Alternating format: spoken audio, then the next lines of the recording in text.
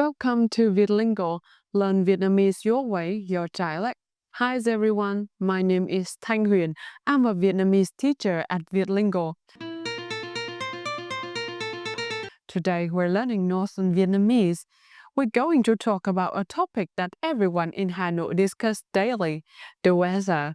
If you ever visited Northern Vietnam, you know the weather can be dramatic. The summers are intensely hot, and the winters can be surprisingly cold. People often wonder why Hanoians burn up so much in winter when the temperature doesn't look that low. It's the high humidity and the wind too, especially when riding a motorbike, that make it feel freezing. Knowing how to talk about the weather is the perfect conversation starter. Let's dive in so you can chat naturally about the climate. Ui dồi ôi, hôm nay trời rét thế. Lạnh thật. Mùa đông Hà Nội đấy. Cậu xem dự báo thời tiết chưa? Rồi. Họ bảo mấy hôm nữa còn có mưa phùn nữa cơ. Chán nhỉ. Thôi, đi làm cốc cà phê nóng đi. Did you catch that? They were discussing the cold, the upcoming drizzle, and how unpredictable the weather is. By the end of this lesson, you'll be able to describe different types of weather using specific northern vocabulary, understand the crucial difference between lạnh and rét, talk about humidity, including the unique northern phenomenon called NOM, ask and answer questions about the temperature. Let's get started. In English, you usually say, is it sunny? In Vietnamese, we use the word trời as the subject. Trời literally means sky, but in this context, it functions like it or the weather. So our structures will be trời plus adjective. For example, trời nóng, a simple direct statement, is hot. Hôm nay trời rất lạnh. We often add time markers, hôm nay, today, and adverbs of degree, rất, very. Today is very cold. Trời mát quá, adding quá, so or to emphasize the feeling. It's so cold. Let's look at the essential adjective. Một, nóng, hot, used for the intense, humid summer in the north. For example, mùa hè, Hà Nội nóng kinh khủng. Hà Nội summer is terribly hot. Hôm nay trời nóng thế, đi ăn kem không? Thế is often used in the north to emphasize surprise and exclamation. It's so hot today, want to go eat ice cream. And the third example, nóng chảy mỡ luôn. This is a popular exaggeration, meaning so hot, the fat is melting. The next vocabulary, mát or mát mẻ, cool or pleasant. This is the ideal weather, often associated with autumn. Mùa thu, thời tiết mát mẻ, dễ chịu thật. The weather in autumn is cool and really pleasant. Tối nay trời mát nhỉ? Adding nhỉ, seek agreement casually. It's cool tonight, isn't it? And the last example. Bật quạt thôi, hôm nay trời mát. Just turn on the fan. It's cool today. 3. Lạnh, cold. The general word for cold. Trời bắt đầu lạnh rồi. It's starting to get cold. Ở ngoài có lạnh không? Is it cold outside? Cậu nhớ mặc áo khoác vào nhé, kiểu lạnh. Kiểu lạnh means lest you get cold. Remember to wear a jacket, otherwise you'll get cold. 4. Rét, freezing, bitterly cold. This is crucial for Northern dialect. Rét is stronger than lạnh. It refers to deep, biting, humid cold of Hanoi winters. This is the cold that gets into your bones. Ôi, rét quá, tớ không muốn ra ngoài. It's freezing, I don't want to go out. Trời trở rét rồi, the weather has turned freezing. Đi xem máy ngoài trời, rét buốt luôn. Rét buốt emphasize the piercing nature of the cold. Riding a motorbike outside is absolutely freezing. Let's jump into part 2, humidity. You can't talk about northern weather without talking about humidity. Humid. Mùa hè Hà Nội vừa nóng vừa ẩm. Hà Nội summer is both hot and humid.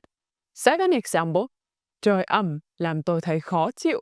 The humid weather makes me feel uncomfortable. Third example, độ ẩm hôm nay rất cao. The humidity today is very high. Nôm, extremely humid, damp. This is a phenomenon specific to northern Vietnam. Usually around February, March, the humidity is so high, often near 100%, that floors and walls become wet or sweat. For the first example, tôi ghét nhất là trời nồm, nhà cửa ẩm ướt hết. I hate nồm weather the most. The house gets all damp.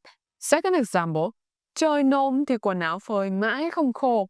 When it's nồm, clothes hung out to dry never dry. Third example, cẩn thận nhé, trời nồm sàn nhà trơn lắm. Be careful when it's nồm, the floor is very slippery. Second grammar point, using noun to describe weather. When the weather description is a noun like rain, wind, or sunshine, we usually need the verb có to have after trời. The structure is trời plus có plus noun. For example, trời có gió. It has wind, it's windy.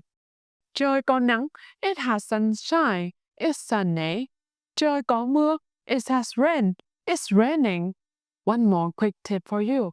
For nắng, sunshine, and mưa, rain, you can often drop có in casual speech and use them like adjectives or verbs. Trời nắng, trời mưa. And the third point of vocabulary, phenomena. Nắng, sunshine or sunny. Ngày mai trời nắng đẹp. Tomorrow it will be sunny and beautiful. Nắng to quá. The sunshine is so intense. Đi ra ngoài, nhớ đội mũ, không thì say nắng đấy. When going out, remember to wear a hat or else you get sunstroke. 2. Mưa, rain or rainy. Tớ ghét trời mưa. I hate rainy weather. Trời sắp mưa rồi. It's about to rain. Mùa xuân hay có mưa phùn. Mưa phùn drizzle is very typical of spring in the north. Spring often has drizzle. And the third grammar point, talking about temperature. Vietnam used the Celsius scale exclusively. We call it độ C, degree C. Temperature is nhiệt độ. Asking the temperature, we have the structures is time or place plus nhiệt độ là bao nhiêu độ. For a casual way, I'll ask, hôm nay bao nhiêu độ nhỉ? I wonder how many degrees is it today?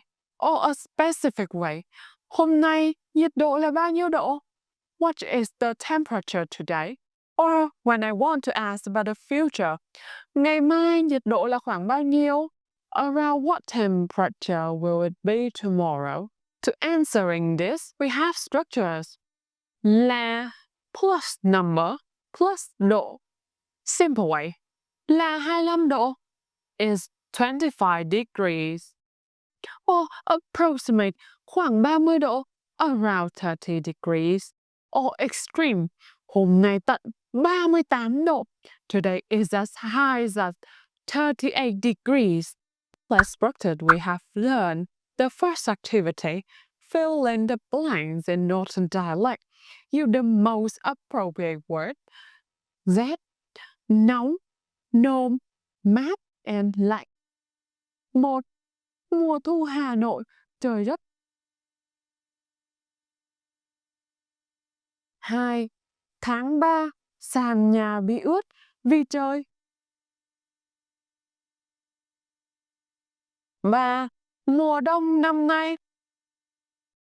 Quá, tôi phải mặc 3 áo.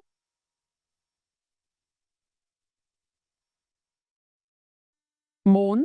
18 độ C, thì chỉ hơi chưa rét. 5. Tháng 6, trời rất. Great job, let's jump into activity 2. English to Vietnamese translation. Translate this sentence into Northern Vietnamese. 1. It's very sunny today, but also windy. 2. Is it freezing outside? 3. I hate the extremely humid weather. And 4. What is the temperature? It's 20 degrees. Great job today, everyone. Let's quick recap what we have learned.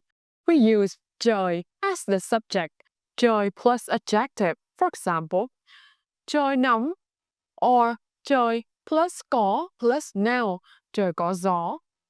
We learn key adjective, especially the differences between lạnh, cold, and rét, freezing, or biting cold. We also cover humidity, humid, and a unique northern, nồm, extremely damp. And we learn how to ask the temperature. Nhiệt độ là bao nhiêu? Practice this with your friends or teacher today. The weather is always a great way to start a conversation in Vietnam. If you enjoy this lesson, like, share, and subscribe for more Vietnamese lessons from Vietlingo. Thank you for watching. See you next time. Cảm ơn, xin chào và hẹn gặp lại. That's the end of today's lesson. Thank you so much for watching and learning Vietnamese with us. If you'd like to experience our teaching style in person, we'd love to invite you to a 30-minute free trial lesson with one of our experienced Vietlingo teachers. Just scan the QR code and book your spot. We've helped thousands of learners around the world speak Vietnamese with confidence, and we can help you too.